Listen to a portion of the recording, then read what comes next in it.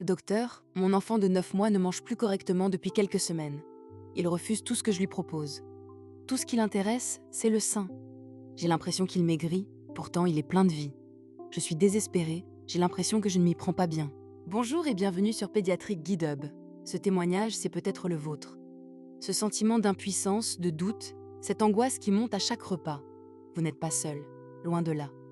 Cette situation, qui peut transformer le moment du repas en véritable champ de bataille, porte un nom. L'anorexie transitoire du nourrisson. Un nom qui fait peur, mais qui cache une réalité bien plus courante et moins dramatique qu'il n'y apparaît. On estime qu'environ un bébé sur 3 traverse cette phase.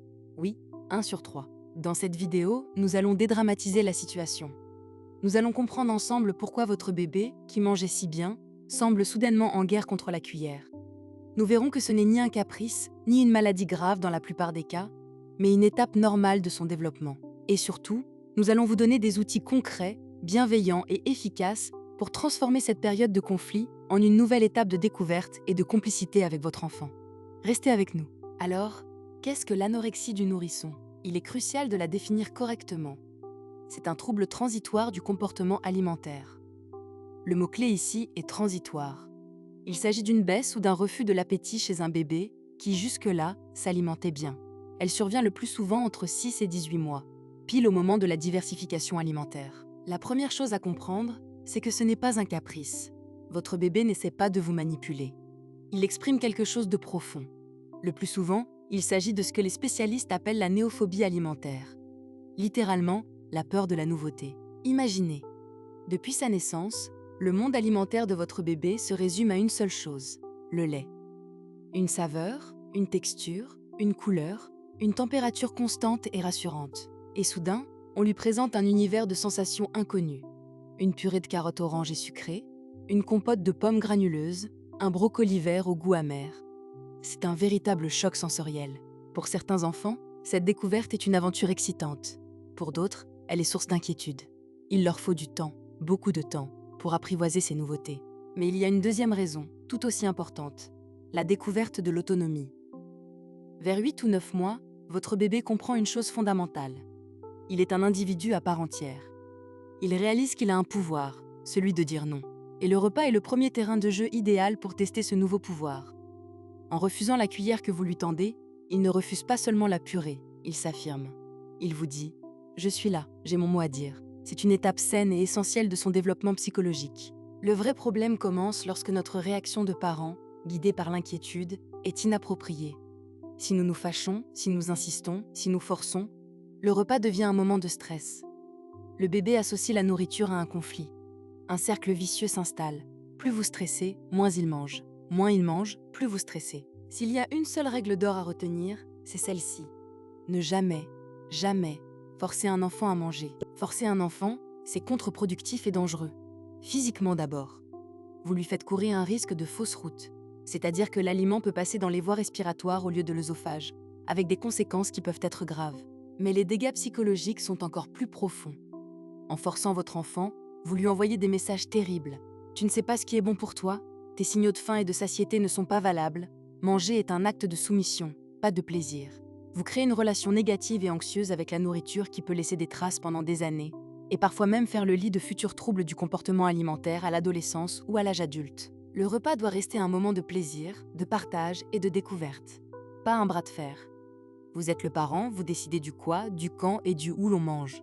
Mais votre enfant, et lui seul, décide du combien il mange. C'est la base d'une relation saine à l'alimentation. Alors concrètement, que faire? La première étape, indispensable, est de consulter votre pédiatre ou votre médecin. Il s'assurera que ce refus de manger ne cache pas une cause médicale, une douleur dentaire, un reflux, une infection, une allergie. Une fois toute maladie écartée, et si la courbe de poids de votre enfant reste globalement satisfaisante, alors vous pouvez mettre en place ces stratégies, avec la patience comme meilleur allié. Premier conseil, lâchez la pression. Votre enfant ressent votre stress. Respirez, souriez. Faites de ce moment un jeu. Si le repas se termine avec seulement 2 cuillères mangées, ce n'est pas grave. Le repas suivant sera meilleur. Rappelez-vous cette phrase essentielle. Aucun enfant en bonne santé ne se laisse mourir de faim. Deuxième conseil, respectez son appétit. Proposez-lui des quantités raisonnables.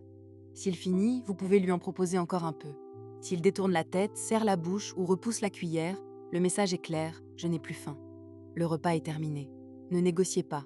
Ne promettez pas un dessert en échange d'une cuillère de plus. On arrête et on passe à autre chose sans drame. Troisième conseil, la règle des 10 présentations. Une étude a montré qu'il faut parfois présenter un nouvel aliment jusqu'à 10 ou 15 fois avant qu'un enfant l'accepte. Ne vous découragez pas s'il refuse le brocoli aujourd'hui. Proposez-le à nouveau dans quelques jours, sous une autre forme, sans jamais forcer. Quatrième conseil, laissez-le explorer. C'est le conseil le plus salissant, mais le plus efficace. Laissez votre bébé toucher la nourriture. Mettez quelques morceaux mous et sécuritaires sur sa tablette. Laissez-le patouiller, écraser, porter à sa bouche. C'est en appréhendant la nourriture avec tous ses sens qu'il l'apprivoisera. Oui, il y en aura partout, mais le jeu en vaut la chandelle. Cinquième conseil, soyez créatif. Variez les plaisirs. Un légume refusé en purée sera peut-être accepté en bâtonnet fondant, en petites gaufres salées, ou mélangé à un autre légume qu'il adore. Jouez avec les couleurs, les formes, les textures. Parfois, un simple emporte-pièce en forme d'étoile peut faire des miracles. Sixième conseil, montrez l'exemple. Mangez en famille, à table, tous ensemble, et si possible la même chose, en version adaptée pour bébé. Votre enfant apprend par imitation. S'il vous voit savourer avec plaisir des légumes, il sera plus enclin à vouloir goûter. Éteignez les écrans et faites du repas un vrai moment de connexion familiale. Septième conseil, ne compensez pas avec le lait. Si votre enfant a mal mangé, ne lui proposez pas un grand biberon de lait 1 heure après.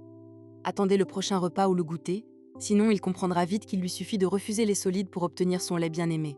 Vous l'aurez compris, l'anorexie du nourrisson est avant tout une crise de communication, pas une crise alimentaire.